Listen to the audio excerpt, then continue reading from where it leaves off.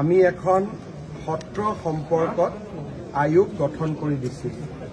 এই আয়োগৰ উদ্দেশ্য আছিল যে সত্ৰৰ কিমান মাটি বেদখলত আছে আৰু এই মাটিসমূহক বেদখলৰ পৰা উদ্ধাৰ কৰাৰ বাবে উপায়সমূহ চৰকাৰক প্ৰতিবেদন হিচাপে পৰামৰ্শ হিচাপে আগবঢ়োৱা।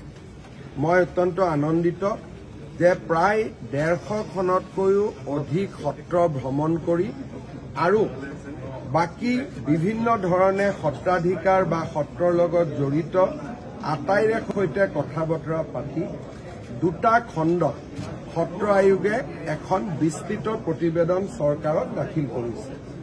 এই প্ৰতিবেদন কেইখন আমি পৰীক্ষাও কৰিম আৰু খুব সোনকালে অসমৰ সত্ৰসমূহক নিৰবিচ্ছিন্নভাৱে সহায় কৰিবলৈ আমি পাৰ্মানেণ্ট আয়োগ এখন উপযুক্ত বাজেটেৰে সৈতে পাৰ্মানেণ্ট সত্ৰ আয়োগ এখন নিৰ্মাণৰ কথাও চৰকাৰত ইতিমধ্যে আলাপ আলোচনা হৈ আছে, যিখন আয়োগৰ আদালতৰ দৰে ক্ষমতা থাকিব আৰু চৰকাৰী বিভাগৰ দৰে বিত্তীয় ক্ষমতা থাকিব।